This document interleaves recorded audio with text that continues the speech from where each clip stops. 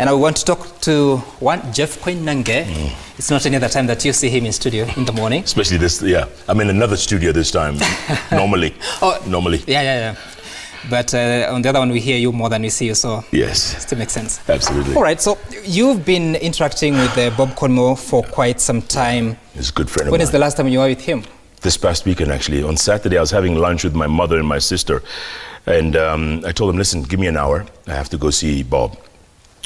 So a group of us, there was about 5 of us, we had known this was coming. Bob had informed us. So we knew that he wasn't going to last very long. He had been told by his doctors not to make any long-term plans. In fact, he was told if he makes it past July, he'll be lucky. This is it? Yeah. So I have never seen anyone prepared for death like I did this man. So we went on Saturday afternoon around 3 o'clock and we hung out with him. He was in a bit of pain. His spine was giving him some problems. So he kept getting up and stretching his spine and then sitting back down. But I'm telling you, he kept saying, look, I've lived a good life. I have some regrets. It's not a perfect life. Nobody's perfect. But I'm ready now. I'm ready. That was Saturday, 29? Yeah, 2 days ago. 2 days ago. 2 days ago.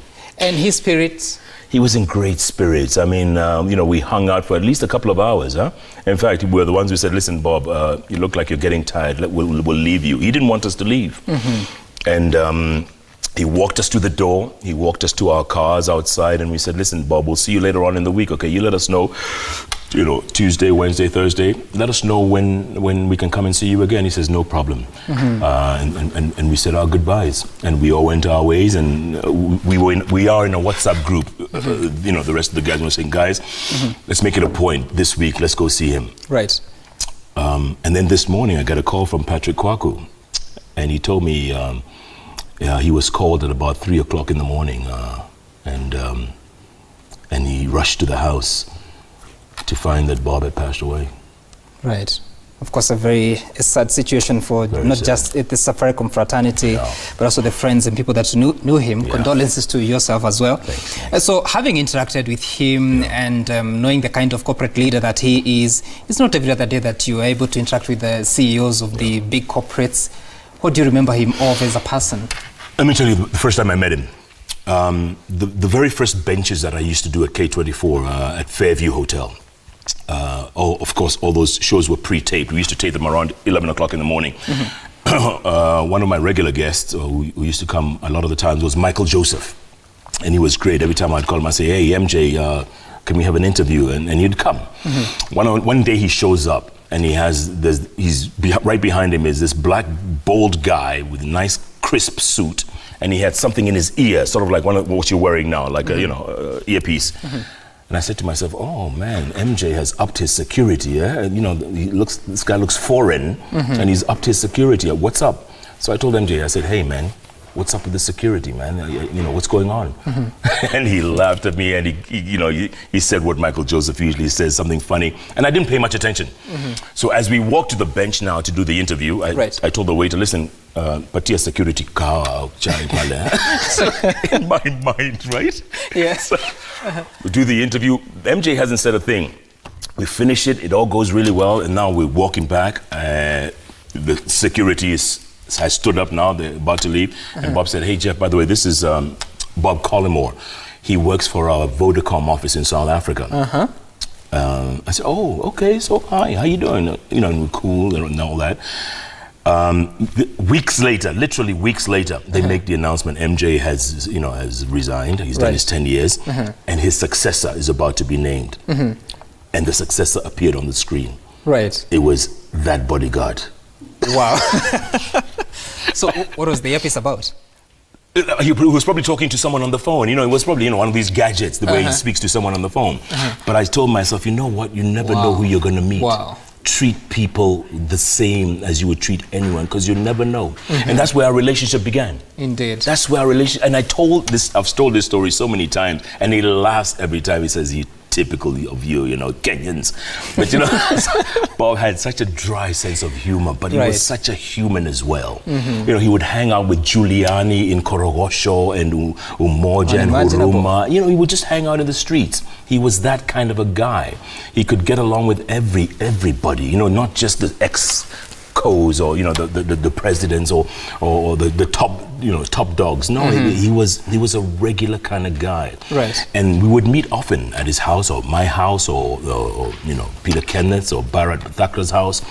And we would all be guys, we'd all be cool. He wasn't a CEO. He wasn't, this guy who runs the biggest company in Eastern Central Africa, biggest taxpayer and the biggest telco company in the region. Indeed. He was a regular kind of guy. And look, when you think of stepping into Michael Joseph's shoes, big, huge shoes to fill, Bob stepped in there and he says, this is Safaricom 2.0. And he made it that point. He says, I am no Michael Joseph. I will never be Michael Joseph, but I'm going to take this company to the next level. And indeed he did. That's what he did. Because the other time we saw, what was it, 61 or 60 something billion shillings in terms of profit after tax. Yearly. You can imagine. So, of course, we'll shortly be looking at one of the clips that you had with him talking about health. But first, we look at the report or the statement from chairperson or chairman of the Raw Media Services, that is Dr. S.K. Macharia, says that the chairman of the Raw Media Services, Dr. S.K. Macharia, has termed the death of Safaricom CEO Bob Collymore as a moment of deep sorrow and a big blow to the country's business sector. Dr. Macharia described the late Collymore as an outstanding corporate leader who demonstrated commitment to transforming lives. The RMS chairman said the late Collymore inspired many through his commitment to a welfare-minded work ethic. And another statement coming from the managing director of the Raw Media Services, that is Wachira Waruru, has mourned the late Safaricom CEO Bob Collymore, saying Collymore will be remembered for his distinguished contribution to the Kenyan corporate sector. Waruru said the late Collymore was a visionary who served with dedication and leaves behind a rich legacy. Wachira described the late Collymore as a man of exceptional skills that immensely contributed to the strong business partnership forged between Safaricom and Raw Media Services. Waruru said Collymore lived a full and inspiring life and nurtured a large network of friends. And talking about that network and a full and inspiring life, you spoke to him on JKL, I believe. Yeah. Let's take a look at what that conversation was. Sure. Well, asking, how are you feeling? How's your health right now? I'm feeling pretty good. The drugs help. The thing with cancer, everybody says, you're beating cancer. Actually, what you learn to do is you learn to live with it. And I've just decided to make friends with it. So, yeah. Are you friends? Me and my doctor, who I don't know whether she's listening or not, is the most fantastic person in the world, apart from my wife. And she's been doing a fantastic job. So we're working through it, and I'm feeling fine. And Jeff, of course, he was diagnosed, you say, 2 years ago. 2017, yeah. And he was in stage 4 of cancer. And there are several cases of cancer that we have in this country. Yeah. People struggling to gain access to affordable healthcare, which is very elusive. But what lessons do we learn? Having worked with this gentleman and what he has gone through, what lessons do we learn in terms of taking care of patients suffering from this kind of situation? Look, when you talk about Bob Collymore, he got the best of care. The best of care. He was in a room, in a bubble in the UK for like 7 weeks. Nobody could visit him. He was in this room and they sealed it off because it was bone marrow. The cancer was inside the bone marrow. So obviously very expensive. It was a new type of treatment he was getting called stem cell. So it was, largely untested. But they were very confident when they were done with the surgery, and he came out. I mean, he was looking pretty good. He gained some weight. He was back to to good form, and then his blood started rejecting it. In fact, a few weeks ago, he had asked Wamboi, his wife, had asked a couple of us to donate our blood for platelets. In the blood you have you have different kinds of things in your blood, but one of them is your white blood cells, red blood cells, and platelets, right? Platelets are the ones that help your blood to clot. Sure. So his blood was refusing to clot. So he would get a nosebleed out of the blue. If he pricked himself, the blood, it would take a while to clot. Yeah. So he needed the platelets to help his blood clot. And a couple of us donated our platelets for that. So when it comes to healthcare, I mean, first of all, you just thank God if you're in good health. That's true. You know, when people come to you and say, I'm looking for a work, I haven't worked in a year because I can't find a job, but they've got 2 legs, 2 feet, and they're in perfect health, I just don't get it. That makes no sense. Cancer is real, man. I mean, I don't know how many friends you've lost to cancer. I'm sure everybody knows in this someone. room knows someone who has a friend who's died from cancer. It's not going to stop. Whether it's because of our lifestyle, whether it's because of our diet, or whatever it is that's triggering these cancer cells in all of us, which exist in all of us. Everyone has cancer cells in them. It's just what triggers them. We all have it. You just have to take care of yourself, huh? You just have to, and you know, as much as you can. Yeah, and it's not that easy to say, but you just have to take care of yourself, and thank God every day that you're in good health. That's it, man. And manage your relations like he did. Oh. I get some update here from my producer, Patrick Patangani. You know him? I do indeed, yes. Yes. What's he saying? He said that acute myeloid leukemia, I hope I get that right. Yeah, absolutely. Is a cancer of the myeloid line of blood cells, characterized by the rapid growth of abnormal cells that build up in the bone marrow and blood and interfere with normal blood cells. The symptoms may include feeling tired, shortness of breath, easy bruising and bleeding, and increased risk of infection. According to cancer.org, acute myeloid leukemia, AML, starts in the bone marrow, that is the soft inner part of certain bones where new blood cells are made. But most often it quickly moves into the blood as well. It can sometimes spread to other parts of the body, including the lymph nodes, liver, spleen, central nervous system, brain, and spinal cord. And that's why I was telling you on Saturday, he kept feeling a lot of pain in his spinal cord. And, you know, he'd sit down for a while, feel uncomfortable, stand up, stretch a little bit.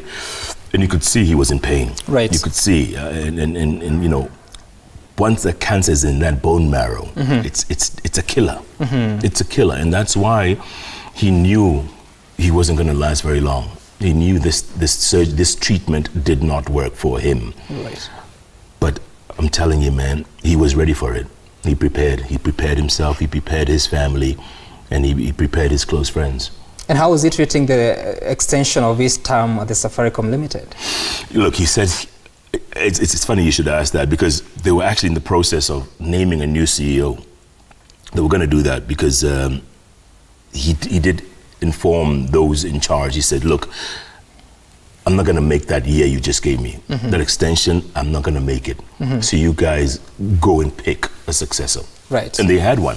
They're actually going to name one this week. I don't know if they'll delay it because of what's happened. But planning for transition. Ken Lusaka, the Speaker of the Senate, says that it is with a deep sense of loss that I have this morning learned of the death of Safaricom CEO Robert Bob Collymore. Bob's passion, dedication, and energy were the source of brilliant innovations that have enriched and improved our lives. We mourn his passing and bless his memory. Absolutely. He was in Kenya.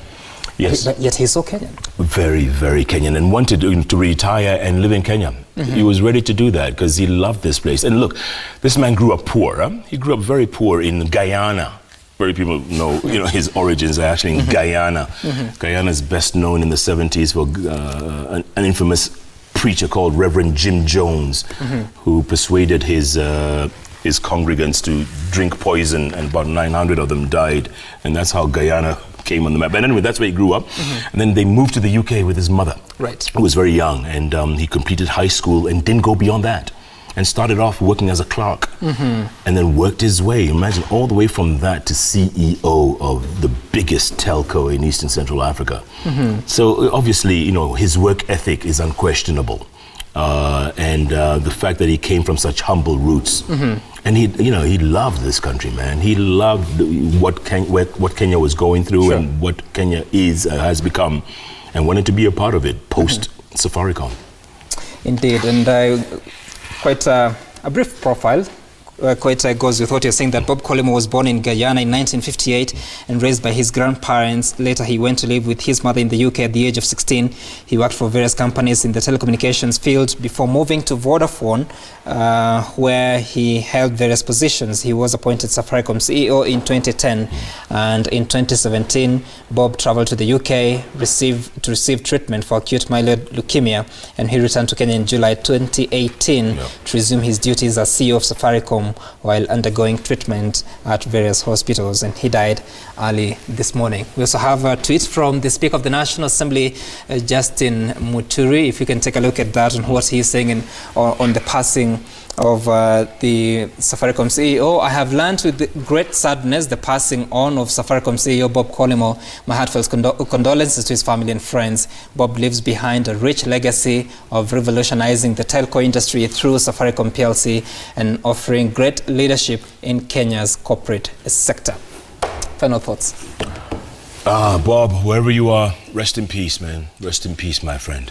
He was close and good guy. All right. Thank you so much, Jeff Koinange. Thank you. Pole sana, as a friend of Bob, and all the best, even as the preparations for the interment and final send-off for the late Bob go on.